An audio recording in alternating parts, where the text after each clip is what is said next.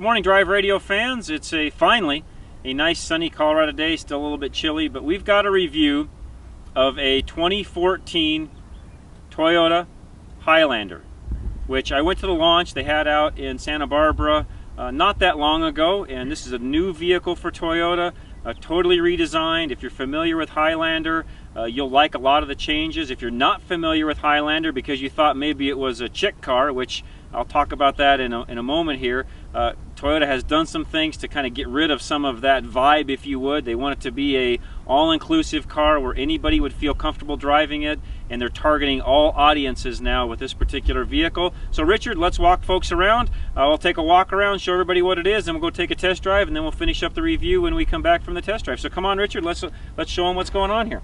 So as you can see, they've added a lot more lines to the side of this vehicle than what it's had in the past. As I said, Toyota did a lot of demographic studies and determined who the market was that was buying Highlander in the past, and decided, you know, we want a more masculine look. We want to go after that segment where, you know, dad may be interested in actually buying this versus just having mom buying it, or even have some single people that, you know, of the male orientation actually look at buying this vehicle. And I think Toyota has had a home run as far as the styling and the looks go. Richard, what do you think? You're a young male. What do you think of the styling of the vehicle? I think it looks great. I've gotten several comments from that demographic that you're saying. People said that they've always felt like the Highlander has the minivan feel to it, which right. is the, you know, I actually saw a bumper sticker the other day that said, that was on the back of a minivan that says, "I used to be cool." Right. Which is, and a dad was driving it. So I think the Highlander has done an exceptional job at that. Yeah. I've gotten several comments. And some things they've done, you can see.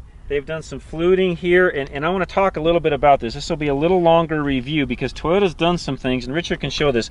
They've actually fluted this. This is not for looks. This is to help with fuel economy and aerodynamics. Richard, get down below here. In fact, you'll see some fluting at the very, very bottom of the spoiler down here.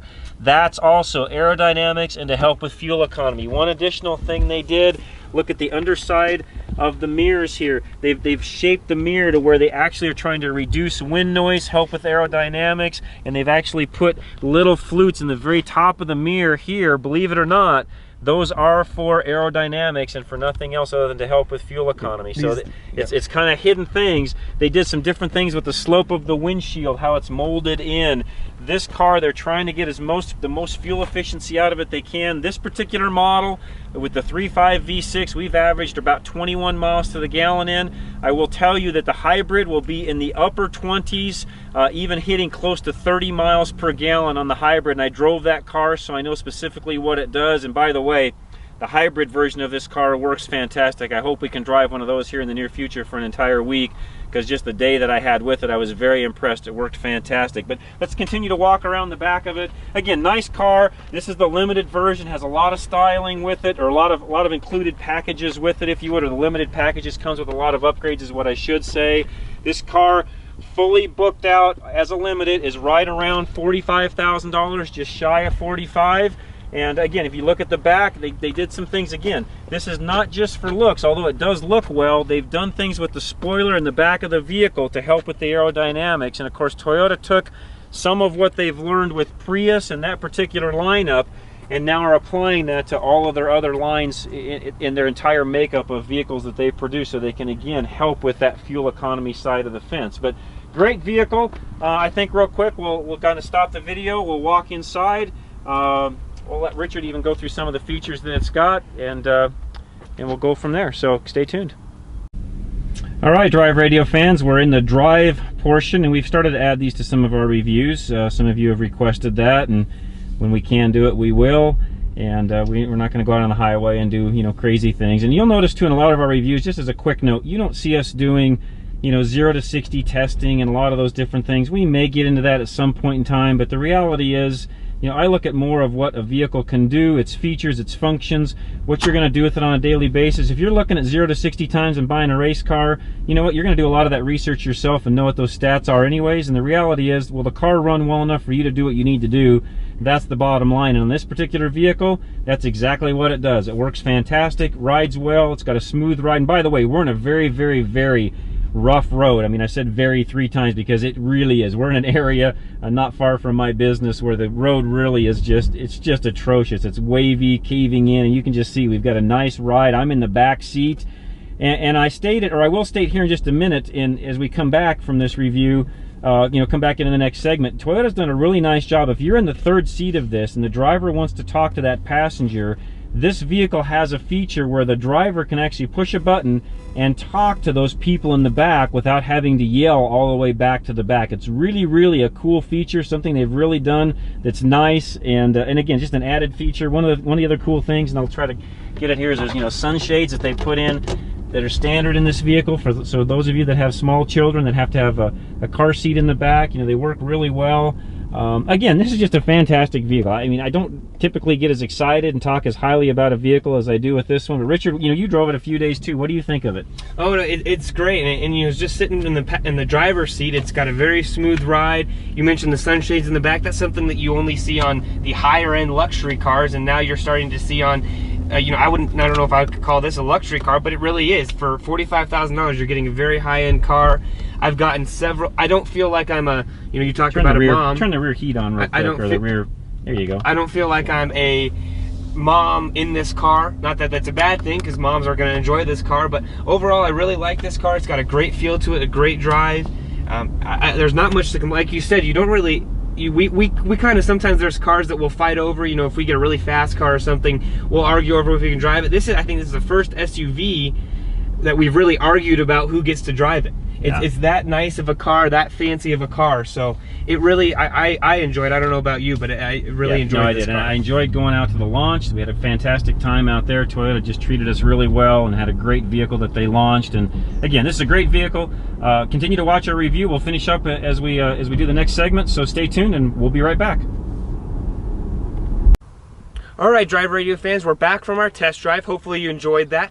And as we mentioned in our test drive, this car does seat 7 passengers total. Now, as you'll notice in the back seat, and you can get closer, Dad, once we get inside to it does fit 3 smaller people in the back, but it does provide capacity for 3 full-sized, or for 3 smaller people, so 7 people total. It does have the captain's chair on the in the middle row, and as you can see, it's really with one hand. You're able to do all that with one hand, correct? Correct, and I can actually adjust the height up and down of the back seats.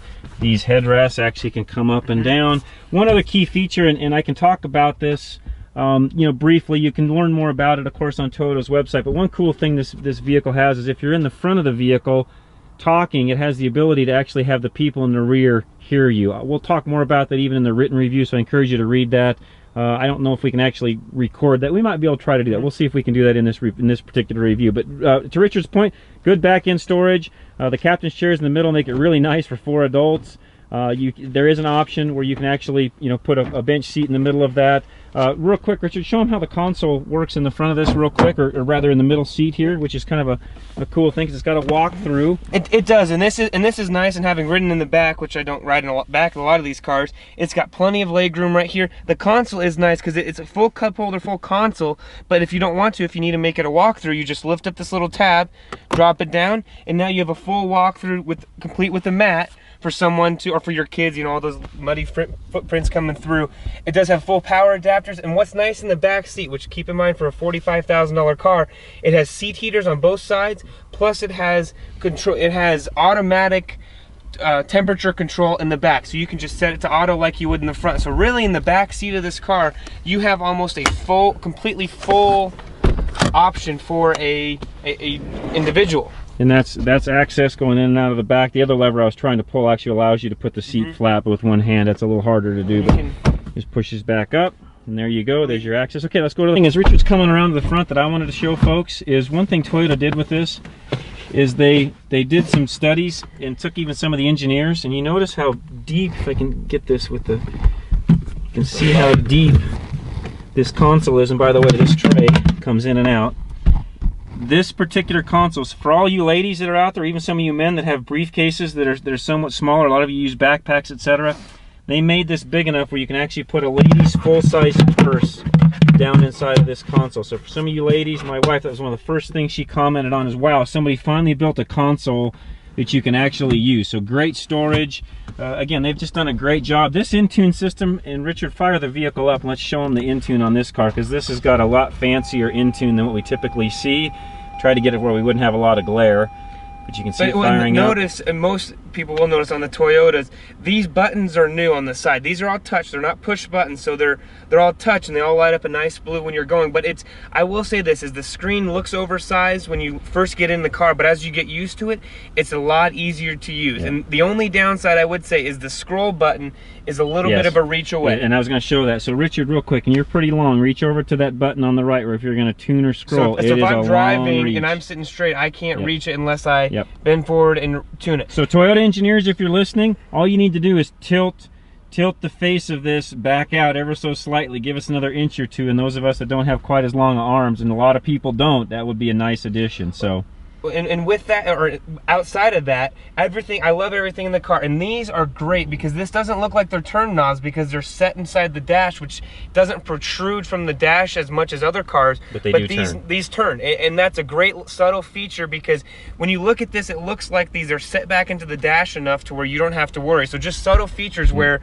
Toyota's done a great job. Also, if you'll notice right here, this is actually a full cubby, you can call it, and this right here is perfect for your iPhone.